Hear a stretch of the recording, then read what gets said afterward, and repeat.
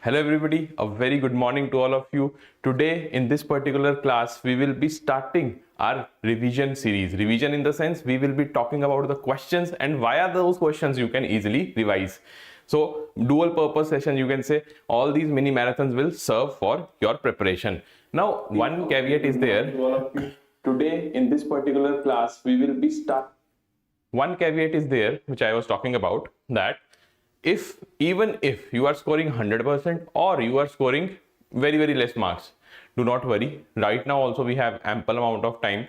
We can qualify the JAIIB exam with the minimal scores. Right now we can improve on our scores by revision and via MCQ solving. Okay, so if you are you can say in a dilemma that whether I should attend all the sessions, answer is yes, you must attend all the sessions even if your preparation level is not up to the mark right now. Okay, via these sessions you will be getting what? Quality MCQs. You will be able to know that which are the focus areas and where you must focus upon during this preparation journey. Along with that, you will be also solving MCQs, so you will get the knack of solving the questions. Okay, so without any further delay, let's get started. First of all, let's see the question based on Angus Madison database. Okay, so database of Angus Madison, the famous economist. Question is based on that.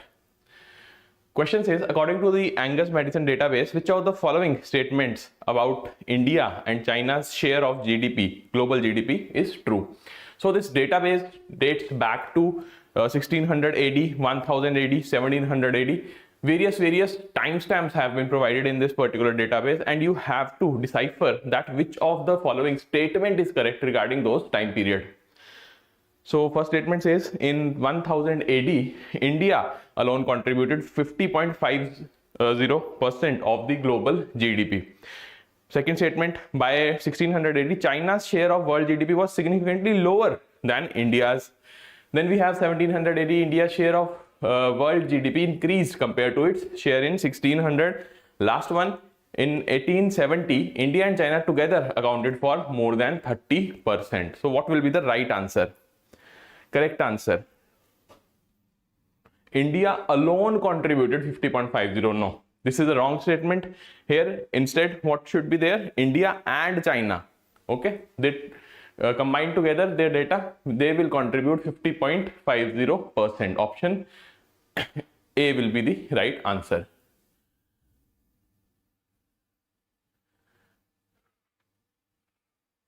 Yes, A will be the right answer here. Next, according to World Bank's classification of economies based on per capita income, PCI, which of the following is true? You have to select the correct statement here.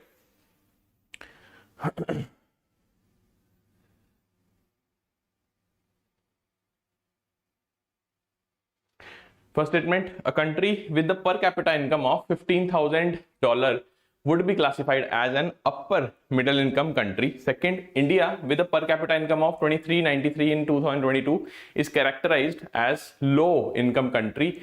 The lower middle income category includes countries with per capita income between 1146 and 4515. Lastly, country with per capita income 1000 would be classified as high income country. So what will be the right answer here? We have to select the true statement, correct statement.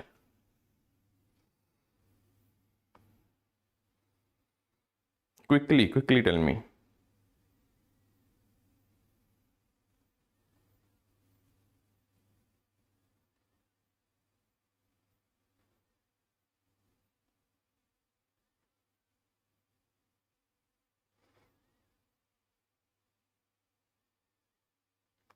Here the correct answer will be second is C.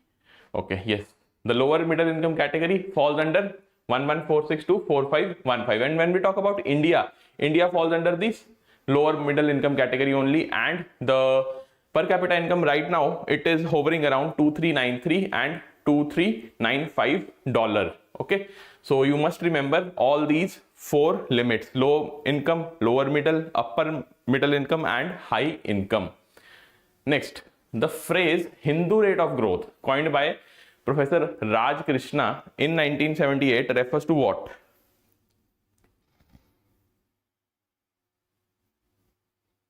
It refers to what?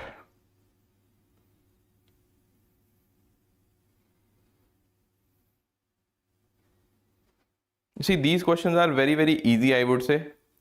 So you must complete these questions by mostly, I would say, within 30 seconds. More than 30 seconds if you are taking up, then you must increase your reading speed. Fine.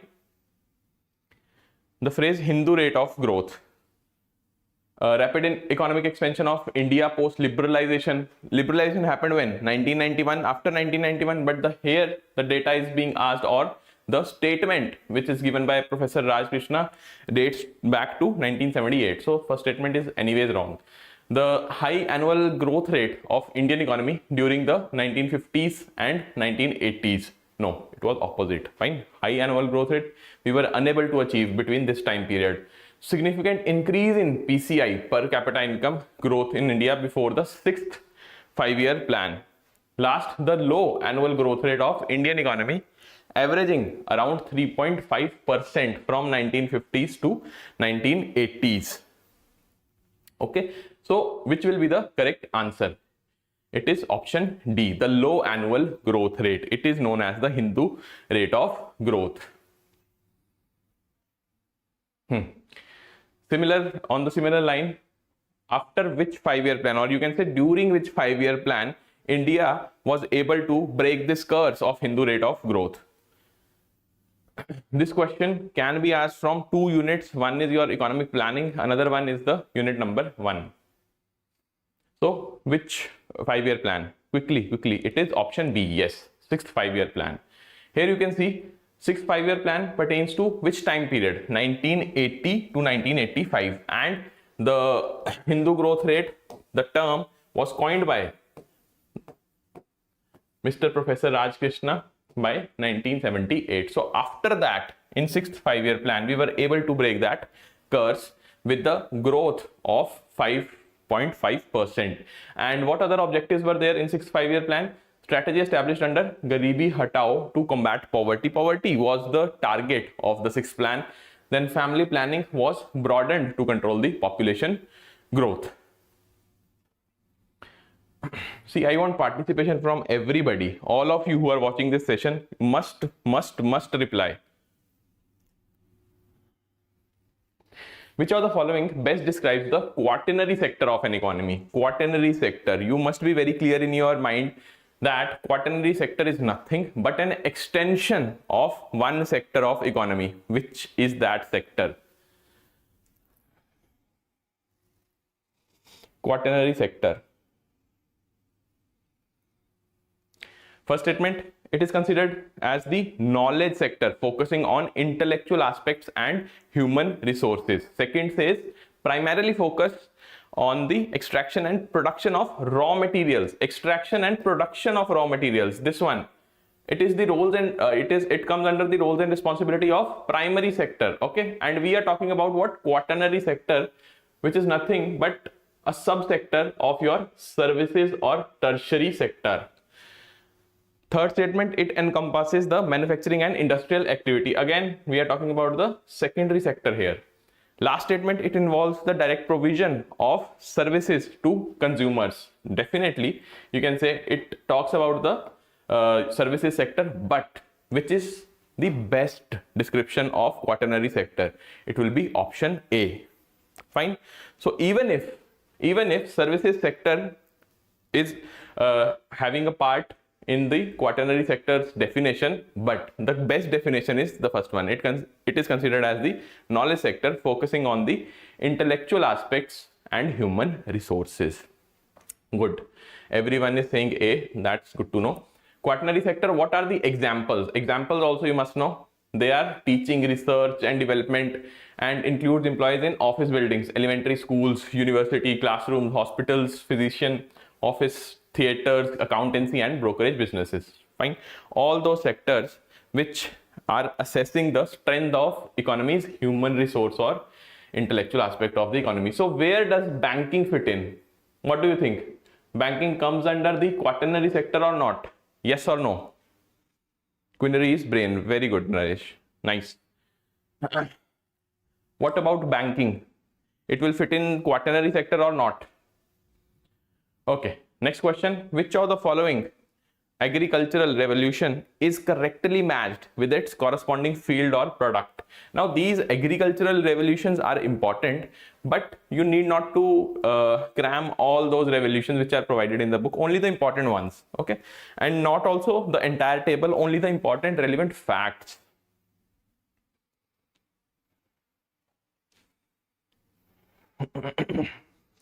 Okay, yes, quaternary will subsume banking. Fine. Quinary is for the decision makers, the big decision making which is happening at the bureaucracy level, the bureaucratic controls which we talk about along with the corporate decision making. Okay. Which of the following agricultural revolution is correctly matched? Silver revolution, cotton; pink revolution, egg; brown revolution, meat, tomato; gray revolution is for fertilizers. Which is the correct one? You have to answer the correct one. Quickly. Yes. Okay. See, I'm watching your comments also. So we have a good number of participants watching this session live. I want all of you to reply. Okay, option D is the right answer. And here you can see the important ones are these only. Silver revolution, eggs; silver fiber is for cotton. What about jute? Jute is for the field where jute is covered. It is for which revolution? The revolution for jute is what? Quickly tell me whether it is golden revolution or something else for jute. What about jute? Pink revolution, pharmaceuticals; prawns, onions; brown revolution, leather, cocoa; non-conventional energy. Again, this is very important because it covers the non-conventional energy resources. Next we have red revolution, meat, tomato; and gray revolution is for the fertilizers. Jute is for golden fiber. Excellent. Good. Okay. This question, you can say it has the potential to be asked in the exam, and what marks will be allotted? It will be of 2 marks. Which of the following statement is correct regarding the sectors of economy? Agriculture's share of the country's gross income has been declining, while the industrial and services sector share has been steadily increasing. So gross income, okay, gross income.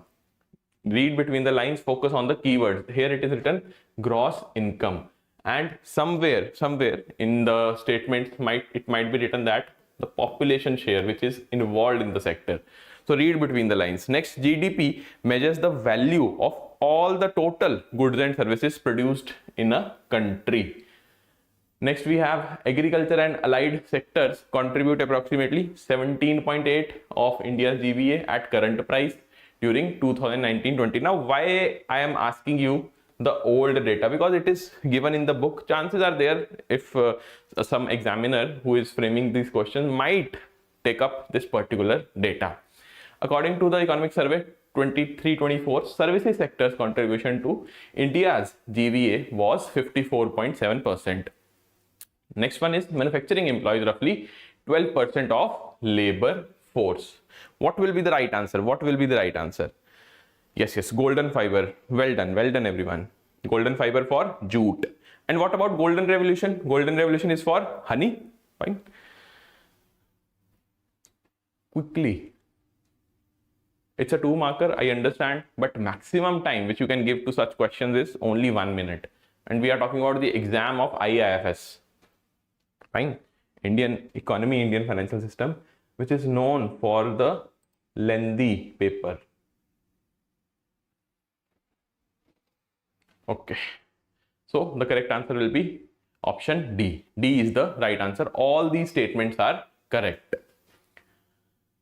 Fine. What about this question regarding the sectors of economy? So we are talking about various sectors, primary, secondary and tertiary sector.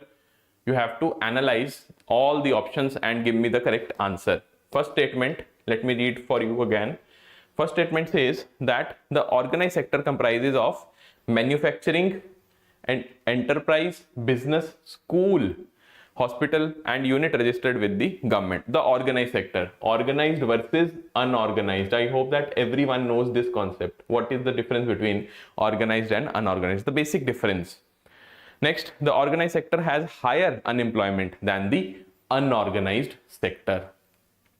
Unorganized sector or organized sector, where do we have the higher rate of unemployment, higher rate? Informal workers are defined as those who work in unorganized firms, okay, fine, or families, including the regular workers.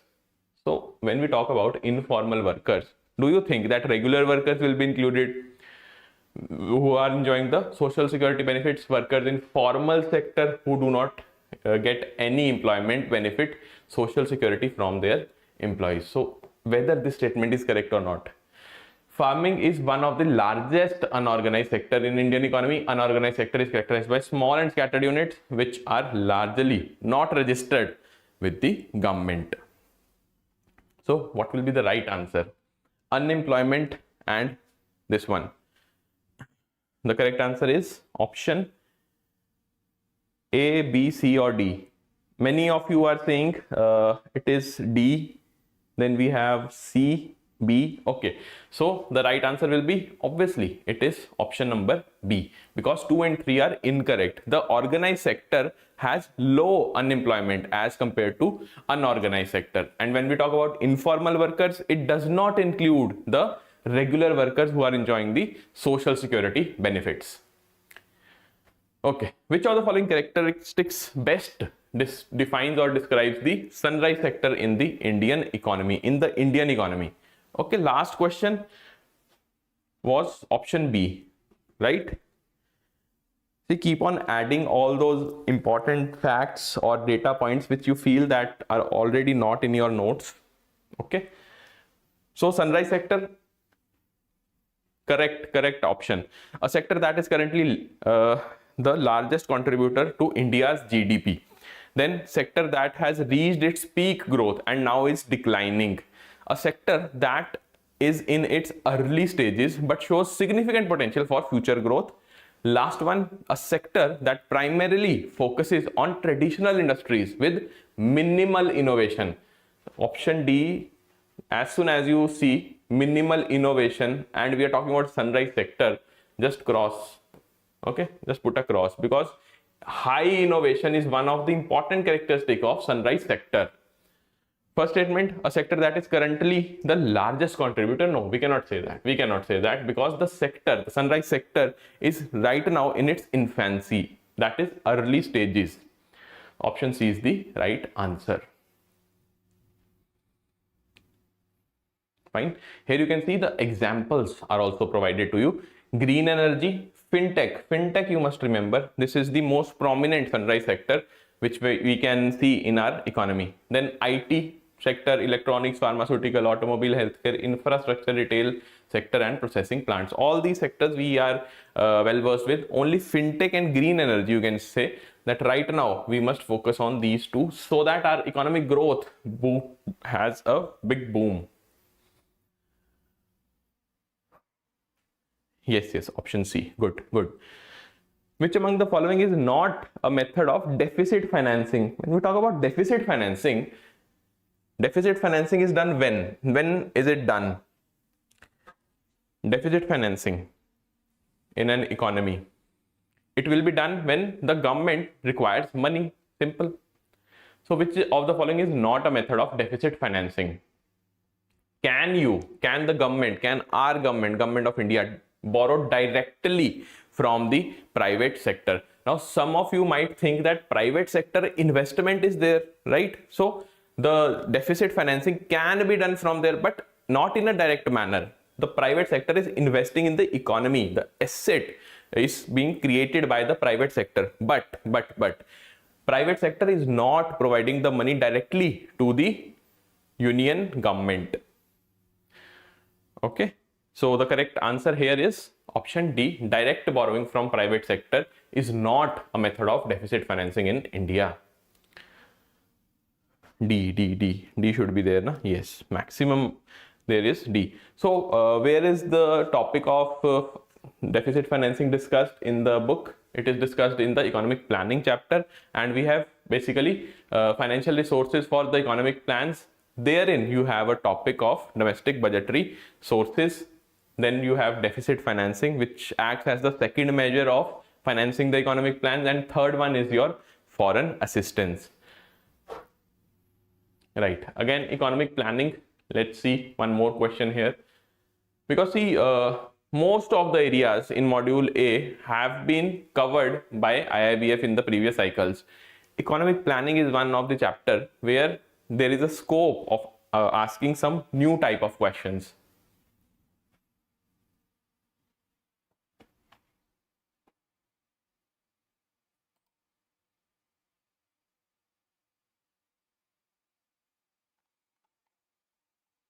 Everybody.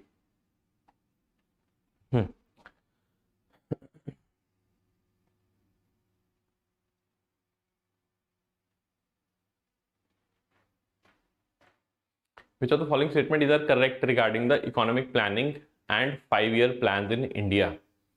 Plan holiday was observed between 1966-69, the annual plans, yes. During the 8th plan, the target growth rate was 5.6, but we exceeded this target and the actual growth rate was 6.7. And you must remember this one, 8th 5-year plan, because here the growth rate has been shot up from its projection 5.6 to 6.7. A very rare phenomena, because in most of the 5-year plans we have seen that mostly we were unable to meet the target of growth rate, but in 8th 5-year plan we did.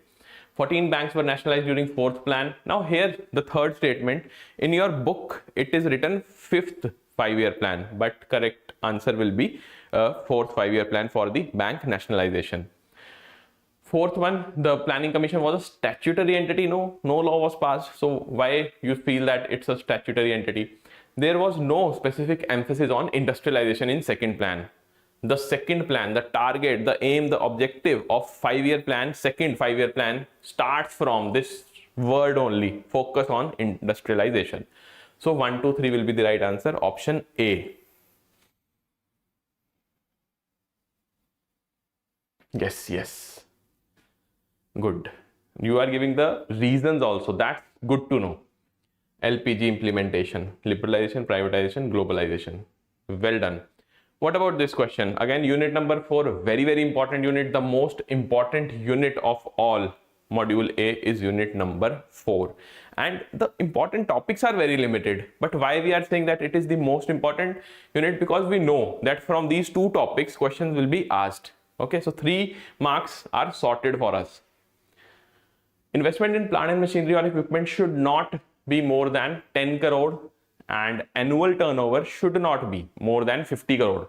Which of the following manufacturing enterprise is described here?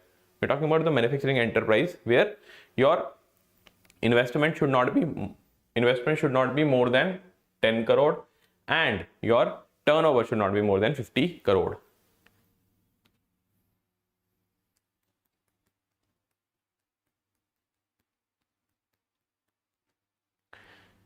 So it will be option B, that is small.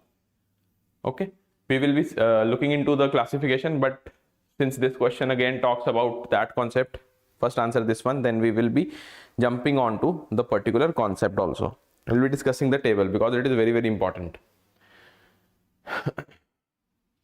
This question, the ratio is being asked. Ratio between minimum investment in plant and machinery for small to medium.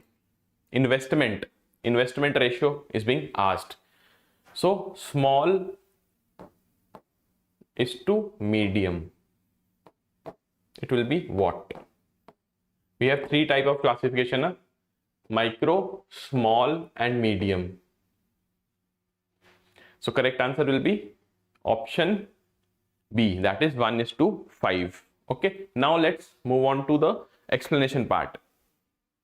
Micro 1 to 5, medium 50 to 250. Yes, good. Gururaj. Yes, I'll be describing. Manojan, don't worry, I'll be describing. Fine. Okay, now here is the chart or the table, whatever you want to call it. When we talk about micro, the investment in plant and machinery 1 crore. Then we have investment in plant and machinery as 10 crore for small. Investment in plant and machinery not more than 50 crore for medium. So you have to remember what? 1, 10 and 50. okay, for investment only. If you remember, this turnover ratio will be in front of you when you multiply investment by 5. Okay, 5 times you will get here turnover as 5. Here you have 5. 10 multiplied by 5 is 50. So you will be having 50, and annual turnover 250. Multiply 50 by 5 is what? 250 only. So remember this investment limits 1, 10 and 50. And this method is not devised by me. This mnemonic is not designed by me. One of our students in the live class told me that, sir, we can remember like this. So it is highly encouraging for all of you to have such mnemonics in your mind as well. Okay, so this is what IIBF will ask according to the latest updates, as IIBF has already told us that the updates till December 2024 will be asked in the exam. But what about the union budget, which was there presented on 1st of Feb? So here you have the limits in front of you. Nothing extraordinary you have to remember for the latest ratios also. Why? Because the investment side right now stands at what? 1, 10 and 50. Okay, and the revision is done by multiplying all these by 2.5. Okay, so 2.5 times the investment. And when we talk about turnover, right now it's what? 5, 50 and 250.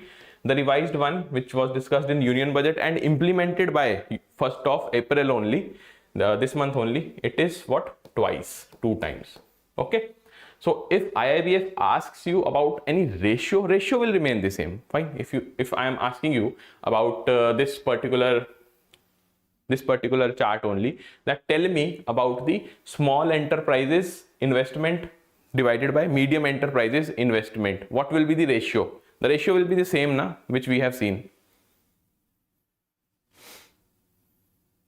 Yes, this is the change, na.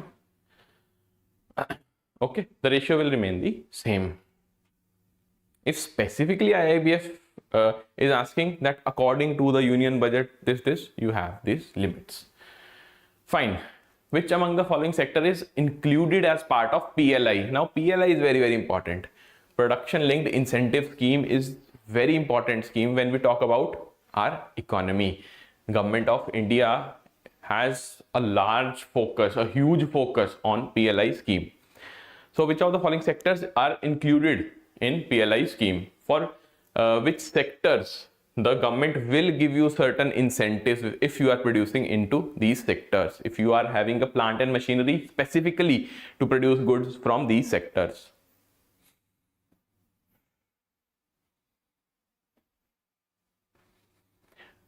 In total, there are what? 14 PLIs, the 14 sectors under PLI scheme. White good, then white goods, food products, then we have auto components, medical device manufacturing, mobile manufacturing. Fine. Yes, option D is the right answer, all of them. Specialty steel, is it a part of the sectors where PLI scheme is applicable? Specialty steel, yes or no? Quickly, specialty steel is a part or not? Then along with specialty steel, drones and its components, are they a part of you can say the sectors, the 14 sectors which fall under the PLI scheme? Drones along with specialty steel, so yes, they are part.